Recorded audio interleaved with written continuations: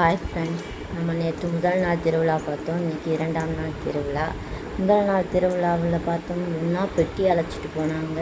அதுக்கப்புறம் நைட்டு கரகாட்டம் போட்டாங்க. காலையில் கோழிப்படை இப்போ மாவிளக்கு எடுத்தாச்சு. இப்போ மணி 8.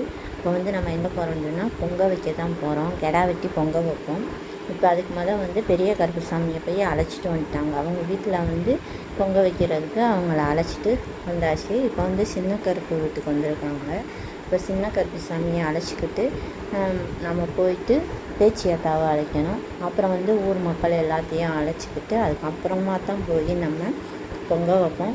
இப்போ நம்ம 8 மணிக்கு ஸ்டார்ட் பண்ண மாட்டோம். எப்படியும் 10 மணி ஆயிரும் நம்ம பொங்க வைக்கிறதுக்கு. இப்போ அதுக்காண்டி தான் எல்லோரும் வெயிட் பண்ணுறாங்க. இப்போ சின்ன கருப்பை அழைச்சிட்டு இருக்காங்க. வெயிட் பண்ணுங்கள், பார்க்கலாம்.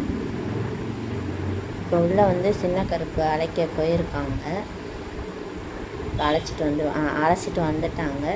இப்போ எல்லோரும் கிளம்பி பேச்சியம்மா வீட்டுக்கு போகணும். இவங்க அண்ணன் தம்பி அக்கா. அதனால் 3 பேரையும் அழைச்ச பிறகு தான் எந்த வேலையாக இருந்தாலும் நாங்கள் செய்வோம். இது மாதிரி நீங்கள் உங்கள் ஊரில் பண்ணுவீங்களா அப்படின்னு சொல்லி கமெண்ட் பண்ணுங்கள். இப்போ பொங்க முடிஞ்சதுமே என்ன ஆகும்னு சொன்னால் சாயந்தரம் ஆர்கெஸ்ட்ரா போடுவாங்க. அதை முடிஞ்சால் உங்களுக்கு வீடியோவாக எடுக்கிறேன். முடியலைன்னு சொன்னால் அட்ஜஸ்ட் பண்ணிக்கோங்க ஃப்ரெண்ட்ஸ்.